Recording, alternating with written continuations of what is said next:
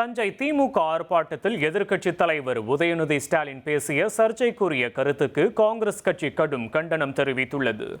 தஞ்சையில் தவேக அரசை கண்டித்து திமுகவின் சார்பில் நடைபெற்ற ஆர்ப்பாட்டத்தில் எதிர்க்கட்சித் தலைவர் உதயநிதி ஸ்டாலின் பேசிய சர்ச்சைக்குரிய கருத்துக்கு கண்டனங்கள் வலுத்து வரும் நிலையில் காங்கிரஸ் கமிட்டியின் மாநில பொதுச் செயலாளர் கணபதி சிவகுமார் கடும் கண்டனம் தெரிவித்து அறிக்கை வெளியிட்டுள்ளார்.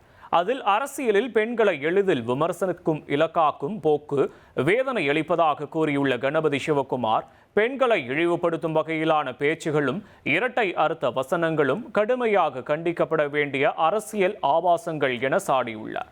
பொது வாழ்வில் கண்ணியமும் சக மனிதர்கள் மீதான மரியாதையும் அடிப்படை பண்பு என குறிப்பிட்டுள்ள அவர், பெரியாரின் கொள்கையை பின்பற்றுவதாக கூறுபவர்கள் பொதுவெளியில் இவ்வாறு அநாகரிகமாக பேசுவது ஏற்கத்தக்கது அல்ல என்றும் தனது அறிக்கையில் சுட்டிக்காட்டியுள்ளார். இனி செல்லும் இடமெல்லாம் செய்தி. தந்தை டிவியின் வாட்ஸ்அப் சேனலை ஃபாலோ பண்ணினா செல்ல இருக்கும் இடமெல்லாம் செய்தி. இதோ QR கோட் இப்பவே ஸ்கேன் பண்ணுங்க, ஃபாலோ பண்ணுங்க.